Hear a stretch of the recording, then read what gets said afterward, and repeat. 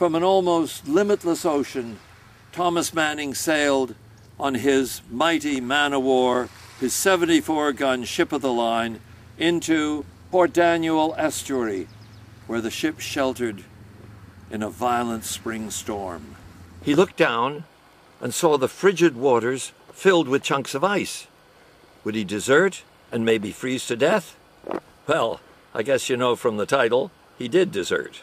And that starts quite a story. He made it to those barren rocks so that he would leave no footprints for the Marines to follow. They chased after him, of course, because they wanted to enforce the Navy's cruel punishment for desertion, death by flogging.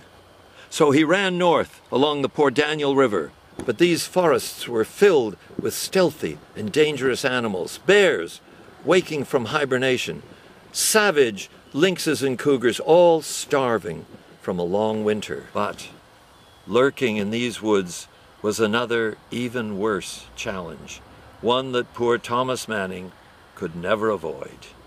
Well, I'm not going to give that part away, of course. So, starvation drove him here to Paspabiac, where he worked for the Robbins Company. But once again, he only just escaped a fatal capture. What he really wanted was to build a cabin on this very brook. A cabin where he could consummate his overwhelming passion for a young woman who somehow personified this whole wild wilderness he so much wanted to conquer. I just loved researching and writing this saga, and I hope you'll get as much pleasure and enjoyment from reading it.